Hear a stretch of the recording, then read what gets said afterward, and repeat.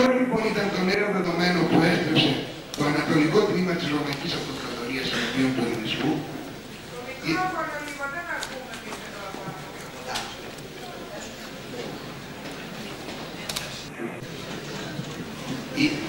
Η αναγνώριση του χριστιανισμού ως επισήμου της σκίας υποχρεωτικής για όλους τους κατοίκους και μάλιστα επιβληθής της βίας. Και είναι η πρώτη φορά στην παγκόσμια ιστορία που η θρησκεία γίνεται υποχρεωτική. Ούτε οι Εβραίοι είχαν υποχρεωτική πίστη, διότι πέρα από ό,τι γράφεται στην Παλαιά Διαθήκη, οι Παλαιστίνοι ουδέποτε υπήρξε ανεξάρτητοι και διεβραϊκοί. Πάντα υπήρξε επαρχία υποτελής, είτε στους Αιγυπτίους, είτε στους Ασσυρο-Βαβυλωνίους, είτε στους Πέρσες, είτε τέλος στους Έλληνες. Για τον λόγο αυτό και πλέον στον ναό του Σολομώντα υπήρχαν τα ιερά των άλλων θεών. Η πρώτη φορά που υπάρχουν ναοί μίας μόνο θρησκείας, με ταυτόχρονη καταστροφή των υπολείπων συμβαίνει στην Ανατολική Ρώμη. Πριν μίας, της Εβραϊκής, που οι συναγωγές της επροσπευτεύονται διαμόνου του Θεοδοσίου. Ποια ήταν η ανάγκη να επιβληθεί δια της βίας μία θρησκεία, όταν όπως πολλοί ισχυρίζονται ότι οι χριστιανοί ήταν πλειοψηφία? Ο θαυμαστής του Βυζαντίου Βασίλεια στην ιστορία του υπολογίσει στο 10% το ποσοστό των χριστιανών. Και αυτό το κρίνω υπερβολικό αν υπολογίσουν το μέγεθος της βίας που ακολούθησε. Και καλά, τους ναούς των εθνικών τους εγκρέμισαν γιατί δεν ήταν αφιερωμένοι στον αληθινό Θεό. Τα στάδια, τα οδεία, τα θέατρα, οι φιλοσοφικές σχολές, οι βιβλιοθήκες και τέλος ακόμα και αυτές οι ιδιωτικές κατοικίες, τι έφταγαν? Προς τι η γενοκτονία των Ελλήνων που ακολούθησε και μόνο προς αυτή των Ινδιάνων της Αμερικής, έργο και αυτή των χριστιανών, δύναται να παραλληλιστεί? Σίγουρα άλλοι ομιλητές θα αναφερθούν και εξωτικότερα για τους διωγμούς. Εμείς θα δούμε τι λέει ο χριστιανός ιστορικός σωζόμενος. Αισθήτητε εκείνων χρωμένους εχώριο φόνος. Με άλλα λόγια, και σ' όσους έφεραν ακόμα και ελληνικά ρούχα εχώριο φόνος. Και δυστυχώς ο διωγμός αυτός δεν έβασε μέχρι τέλους αυτοκρατορίας. Λίγο πριν την άλωση ο Γεώργιος Σχολάριος, ο μετέπειτα πρώτος πατριάρχης της Τουρκοκρατίας, παρεκκίνει τους πιστούς για τους Έλληνες. Και πήρηκε σε Τύρο και είδα την πάση και πάση τρόπης εξαγάγεται της παρούσης ζωής. Τίποτα να μην. Άρα, από ιδρύσεως έως το τέλος, η Ανατολική Ρωμαϊκή Αυτοκρατορία υπήρξε διώκτης όχι μόνο του ελληνικού πνεύματος, αλλά μετεπιτάσεως επεσήτη ακόμα και την βιολογική εξαφάνιση των Ελλήνων. Έτσι, τον πολιτισμό διαδέχθη ο Μεσαίωνας, τις επιστήμες διαδέχθη η θεολογία, το θέατρο και η κριτική εξυπανίστησαν. Είχε φτάσει η ώρα των λεκανομάτων και των αστρολόγων. Τίποτε το ελληνικό δεν υπήρχε. Και η γλώσσα, καιρός είναι να αποσαφηνίσουμε και αυτό. Την γλώσσα οι Βυζαντινοί άκοντες την εδέξαν.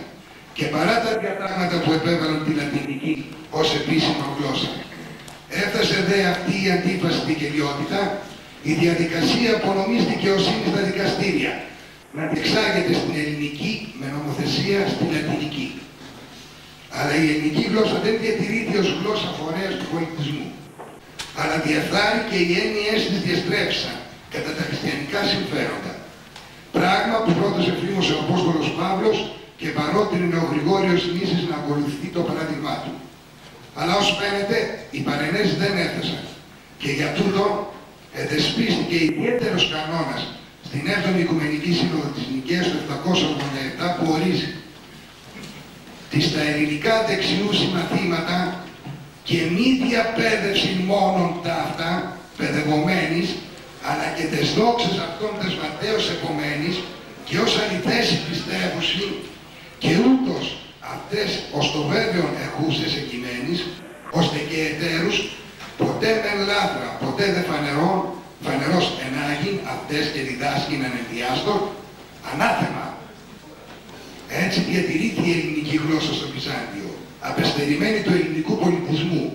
Για τον λόγο αυτό οι νεότεροι Έλληνες όταν ήθελαν να αναβιώσουν τον ελληνισμό, δεν ανέτρεξαν σε πατερικά κείμενα, αλλά στα προχριστιανικά γλωσσικά μνημεία και δι' αυτόν προσεπάτησαν να αναστήσουν την αληθή ελληνική γλώσσα.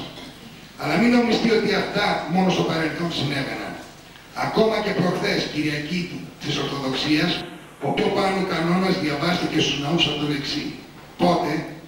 Στις 16 Μαρτίου 1997, 3 χρόνια πριν από το 2000. Λάθρα λοιπόν επέζησε ο ελληνισμός κατά τη Βυζαντινή λέλαπα. Για τούτο και οι νεότεροι Έλληνες στον αγώνα τους για την αναβίωση του ελληνισμού εξοβέλησαν το Βυζάντιο. Μάλιστα στον αγώνα τους αυτό η πλειοψηφία των λογίων ήταν ιερωμένη, όπως ο Κούμας, ο Βενιαμίν, ο Λέσβιος και τόσοι άλλοι, αποδεικνύοντας κατά αυτόν τον τρόπο ότι και Έλληνες είναι δυνατό και στον Χριστό να πιστεύουν. Ιδιαίτερα δε ο Μεθόδιος Ανθρακίτης προέτρεπε να μην ακολουθούν τα όσα είχαν πει οι πατέρες, διότι δεν είμαι όλοι δεμένοι υπ' αυτόν. Και έτσι, όσοι πειρώνται να συνταυτίσουν την πίστη με την ανθελληνική πολιτεία του Βυζαντίου Λανθάνου, η προσπάθεια όσων επιθυμούν οι Έλληνες να ονομάζονται Ρωμοί εκ νέου, σκοπούν στο να αναβιώσουν το εξουσιαστικό βυζαντινό πρότυπο. Και αυτή η προσπάθεια αναβιώσεως είναι φαινόμενο των τελευταίων χρόνων.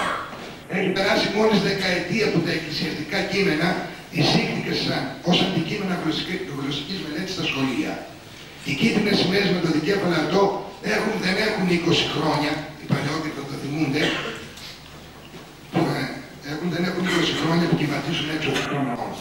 Μία πράξη που χρονικά συμπίπτει με την επιθυμία του διεθνούς εξουσιασμού να επιβάλλει το πλανητικό κράτος.